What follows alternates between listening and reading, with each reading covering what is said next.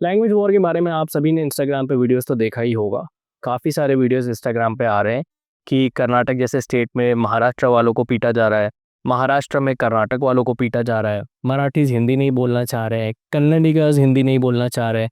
जो अच्छे मेंटालिटी के लोग हैं, जो काम-काज में दिमाग लगाते हैं, मैंने आज तक उनको तो ये सब चीज़ें करते हुए देखा नहीं है। ये वही 100-200 रुपए में किसी के भी पीछे कोई भी काम कर देने वाले पॉलिटिकल्स ग्रुप्स के जो 100-200 रुपए मिल जाए तो भाई हम रैली में निकल जाएँगे। मतलब लोफर्स काइंड ऑफ जो माइंडसेट होता है, उस टाइप के लोग जो है ना, वो ये सब चीज़ें हर एक स्टेट में कर रहे हैं।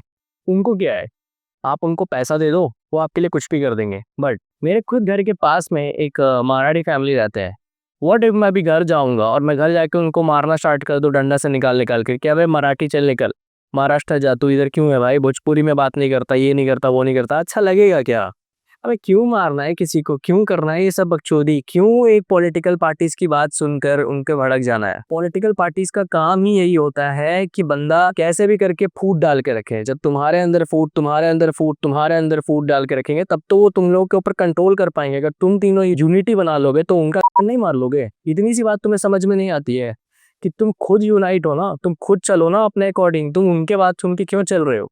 सिंपल सी बात है। और आपस में अपने खुद ही के धर्म में इतना ज़्यादा बढ़ जा रहे हो, बहन इतने बेवकूफ़ और इतना निर्लज्ज माइंडसेट कैसे हो सकता है तुम्हारा? लोग इतना निर्लज्जता फॉलो कैसे कर सकते हैं? हँस कैसे सकते हैं उस चीज़ पे? जस्ट बिकॉज़ वो तुमसे एग्री नहीं करता, तुम्हारी बात को नहीं मानता तो मतलब वो गलत है? फिर तो तुमसे बड़ा इंसान कोई नहीं है।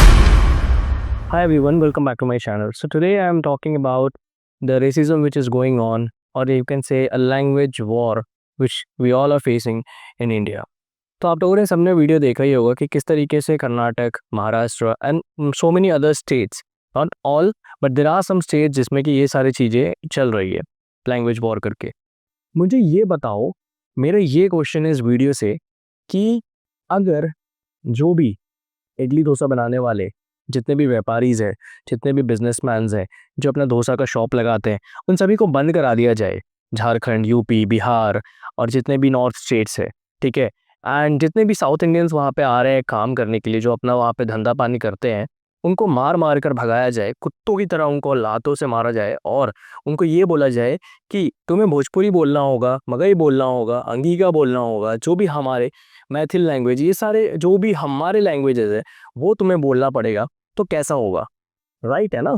क्योंकि अगर कोई इंसान नॉर्थ से उठकर साउथ में आ रहा है या फिर जो प्रॉपर जो सबसे ज़्यादा हिंदी बोलती है जैसे यूपी, बिहार, झारखंड, इन स्टेट से जो भी उठकर अगर साउथ में जा रहा है, तो आप लोग तो वही कर रहे हो, राइट?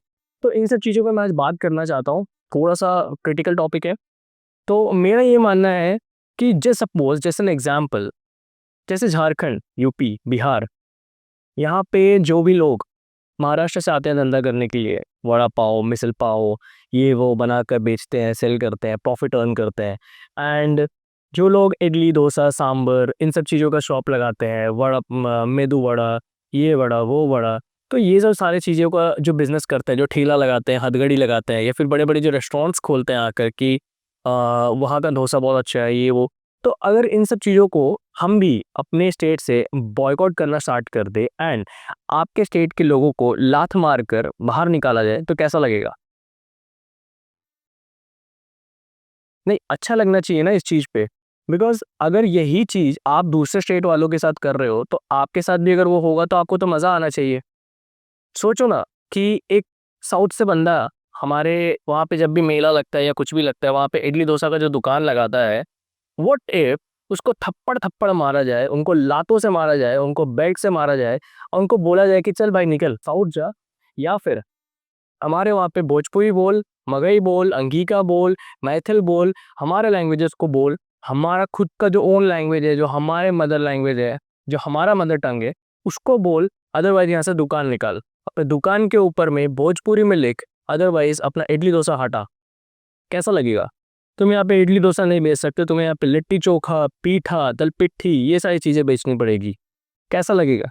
आप खुद सोचो। Is this right? Of course not. मैं हाल-फिलहाल में महाकुंभ गया था, तो मुझे नहीं पता था कि इतना बड़ा ड्रास्टिक चेंज मेरे सामने दिखाई देगा।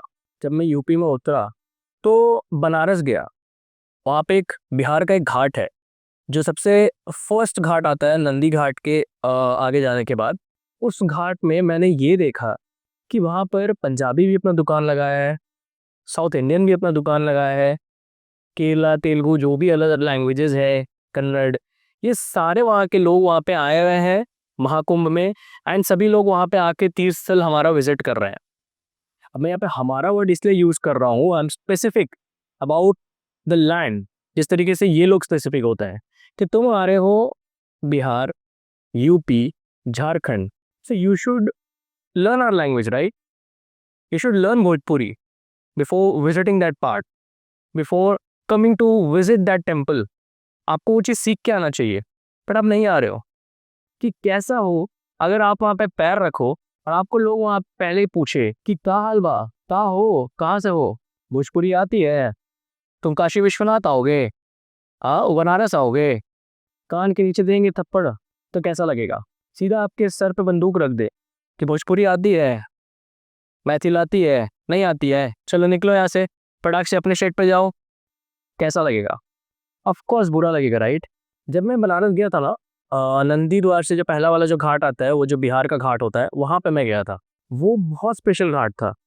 एंड खुदा ना खास्ता भाई, मुझे वहाँ पे एक ऐसा शॉप देखने को मिला जहाँ पे अपने स्टेट का लैंग्वेज लगाकर वो बंदा अपना खुले में ट्रेड कर रहा था। सी बीइंग अ बिहारी, हमारा मदर टंग अलग है। मैंने ये सोचा वहाँ पर कि ये भी तो हमारे स्टेट में बिजनेस कर रहा है।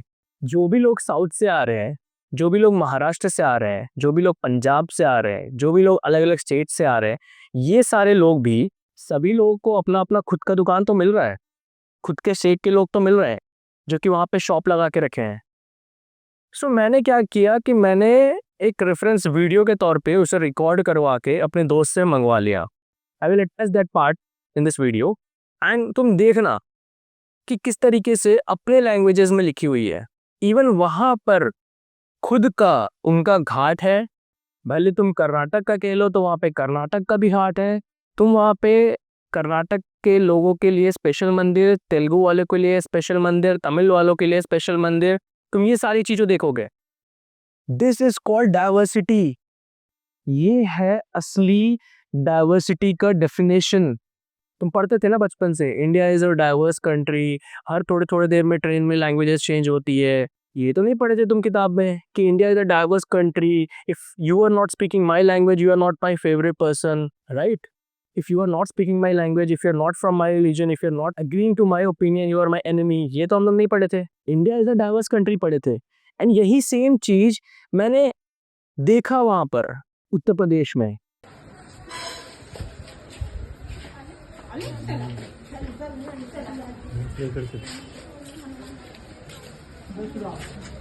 हर हर महादेव।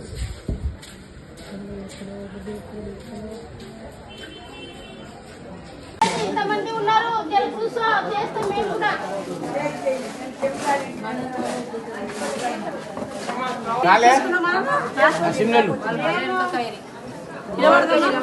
मैंने यही सेम चीज अपने खुद के स्टेट में देखा है, झारखंड में, बिहार में। भाई साउथ से अच्छा डोसा, जो डोसा वहां पे बनता है ना, उससे लाख गुना ज्यादा अच्छा डोसा, मुझे क्यों नहीं पता, बट साउथ इंडियंस हमारे स्टेट में जो आए हैं वो बनाते हैं। उन्होंने टेस्ट में थोड़ा सा इंप्लीमेंट किया, वो हमारे स्टेट में आके जो रह रहे हैं वो बनाते हैं। And we visit their restaurant, hotels, and उनके जो ढाबाज लगते हैं वहाँ पे हम खुद जाते हैं कि नहीं भाई आज साउथ इंडियन खाना है तो will go for that south Indian restaurant, वहीं पे जाएंगे। अगर हम तुम्हारे रिलीजियन, कास्ट, कल्चर एंड तुम्हारे टेस्ट, तुम्हारे लैंग्वेज, हर चीज़ की अगर रिस्पेक्ट कर सकते हैं, व्हाई कांट यू ऑल? फिर तो वही बात हो गई ना कि हमारे स्टेट में फिर तुम्हारे स्टेट के लोग भी नहीं आने चाहिए। और मुझे ये नहीं समझ में आता है कि we are a part of Hinduism, we are a part of one family, one nation, one culture. Just थोड़ा सा डिफरेंस है, लैंग्वेज, कल्चर, कपड़ा ओढ़ना पहनना, बस इतनी सी चीज को लेकर लोग इस पे घमंड दिखा रहे हैं कि हम इस तरीके का लिबास पहनते हैं तो यही सबसे सुपीरियर होना चाहिए। अरे यार नहीं हो सकता सुपीरियर। अरे नहीं पहनने का मन है किसी और को, तुम उस पे इम्प्लीमेंट क्यों कर रहे हो? किसी इंसान को अगर कुछ और पहनने का मन है, तुम्हारी इतनी चुल क्यों है कि उसे नई लुंगी ही पहनवाना है, उसे यही खाना खिलवाना है, उससे यही भाषा बुलवाना है। There should be a neutral line in this whole scenario. इतना ज़्यादा प्रॉब्लम क्यों क्रिएट कर रहे हैं इन चीज़ों पे? आप सॉल्यूशन की तरफ भी तो जा सकते हो ना, कि लैंग्वेज नहीं आ रहा है, लोगों को लैंग्वेज नहीं आ रहा है, तो भाई प्रॉब्लम क्रिएट क्यों कर रहे हो उस चीज़ को? काट दे रहे हो तुम, जाके गवर्नमेंट की प्रॉपर्टीज़ को जाके वहाँ पे परेशान कर रहे हो। तुम पोस्ट ऑफिस के ऊपर काली पोत दे रहे हो, तुम गवर्नमेंट की बस पे काली पोत दे रहे हो, तुम एयरपोर्ट में चेंजेस कर दे रहे हो। अरे भाई तुम थोड़े से मतलब तुम लोग चुप हो गए हो कि तुम्हारा दिमाग इतना ज़्यादा नीच है कि तुम्हें ये नहीं समझ में आ रहा है कि अतिथि देवो भव क्या होता है। अगर कोई तुम्हारे स्टेट में आ रहा है तो यार उसको तो तुमको प्यार से नरिश करना चाहिए कि आओ, स्वीकारना चाहिए। तुम लोग भगाने पे लगे हो, मतलब तुम्हें सब चीज मिल गया है तो तुम घमंडी क्यों बन जा रहे हो? सी, और ये जितना कुछ भी तुम्हारे स्टेट में आज है, इट्स टेम्पररी। हम लोग एक सीख ले सकते हैं। बिहार, बिहार का मगध साम्राज्य बहुत बड़ा हुआ करता था।